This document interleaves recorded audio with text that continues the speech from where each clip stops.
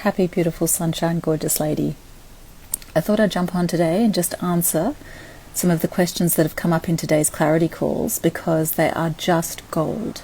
So this is what women over the age of 35 are asking me today about their perimenopausal experiences or journeys. So it goes something like this. How do I know that I am in perimenopause? And the answer is, it's interesting and it's complex. Dr. Felice Gersh is an incredible integrative practicing in the States, and it is very difficult to come across an integrative OBGYN. And what she says about orthodox medicine is about the fact that perimenopause does not exist in orthodox medicine. You are either in your fertile years or you are postmenopausal. And I'm here to tell you that she also talks about the fact that your GP has not been educated in perimenopause. So this is unfortunately not only a hormonal roller coaster for women, but then when they walk into their primary healthcare practitioners' offices, they are often treated in a way that is a little NQR, according to Dr. Felice Gersh. I'm here to tell you that she also talks about the fact that genetics play a huge role. When your mother went into menopause or her postmenopausal years is something to look at. But over the age of 35, Professor Geraldine Pryor talks about 9 official symptoms. So things like your periods are irregular, you are having a longer bleed, you are having new painful cystic breast symptoms, you are experiencing more severe moods and aggro. Suddenly you are anxious and you don't know why. So I call this a real physiological anxiety. It's different to an anxiety that's created by going through a divorce or having children that are unwell or having extreme adrenal circumstances. So we've got the longer bleed, we've got the irregular bleeds, we've got the anxiety. Anxiety is actually, clinically, that's one of the symptoms that I see so very often in my clinical practice. Women go, God, I'm so anxious. And the other thing is weight loss resistance. So I see a lot of weight loss resistance. Women will say, I'm exercising, I have a PT twice a week, I ride my bicycle, but the weight loss resistance piece is still there.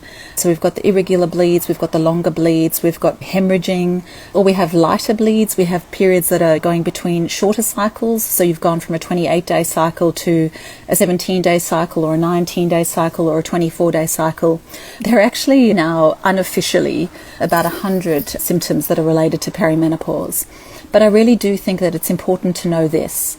I think it's important to know that you can test to see whether you are in the transition. So most of your primary healthcare providers will tell you that there's no point in testing your hormones because the hormones fluctuate from day to day. But as Dr. Felice Gersh teaches, and as Dr. Geraldine Pryor or Professor Pryor and any healthcare professional that specializes in this space will tell you that we know that the pituitary is like the executive assistant to the brain. And your hypothalamus, pituitary, ovarian, adrenal axis does produce hormone in a certain ratio on certain days. So we know what your LH, luteinizing hormone, and what your FSH looks like between day 1 and day 3. And it is imperative to test estradiol between day 1 and day 3, along with LH, FSH, ideally testosterone if you can, and sex hormone binding globulin. And then you need to test progesterone 5 to 7 days after you bleed. In my clinic in Melbourne, Australia, I use both blood tests and urine metabolites. So I love the Dutch Plus. I also love the cycle mapping that the Dutch test uses. I use only the absolute gold standard in female hormonal testing because this is your life. And the perimenopausal roller coaster is absolutely real, and it is here. And at this point in time, when you are perimenopausal, I really don't believe, and I sync my belief systems with Dr. Felice Gersh and Professor Geraldine Pryor, as well as the Worley protocol. We need to supplement the hormones that are on their way out, and lifestyle and botanical medicine, botanical, nutraceutical and psychobiotic medicine is absolutely powerful in this place. It is not only about supplementing estradiol or progesterone at this point in time. Lifestyle and dietary factors can be life-changing. So we know that the Mediterranean and the longevity diets are absolutely incredible for perimenopausal women. We also know that the hot flashes and the moods and the sweats and the hot flashes are actually a cardiovascular disease risk. So we know that diet and lifestyle can prevent most of the chronic diseases that women put up with perimenopausally and postmenopausally too, like cardiovascular disease risk, stroke, obesity, sarcopenia, osteoporosis, osteopenia, you name it. We need trace minerals. We need beautiful amounts of calcium from food alone. I don't like the idea of calcium deposits in our organs or in our system. We need 1 gram of net protein per kilogram of ideal body weight. There's so much that we need. Yes, you could potentially be in perimenopause, but please test. Understand where your baseline is at so that you can supplement your hormonal needs, because it ain't over yet, and perimenopause can last between 10 to 15 years. This roller coaster only gets worse if it is left untreated and if you do not treat your body in a beautiful way. If there was ever a time in your life where you needed strong personal boundaries and high levels of self-care, a beautiful lifestyle and dietary protocol, it is now. I'm 47, I'm in perimenopause, I'm having the time of my life. I don't have any more weight loss resistance. My background is as a food addict and somebody that experienced obesity and cystic acne.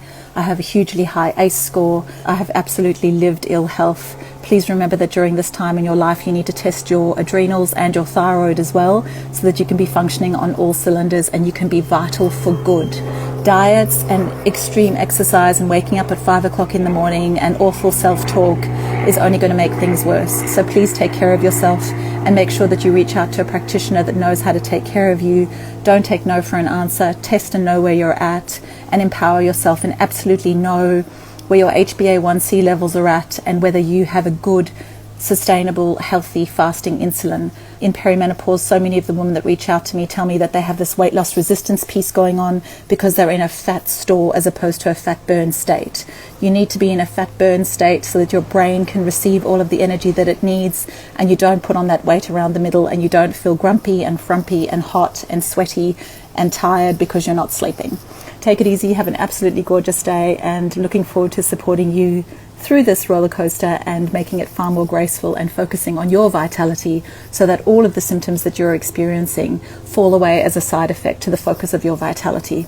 We're here to chase the joy. Take it easy, have a beautiful day.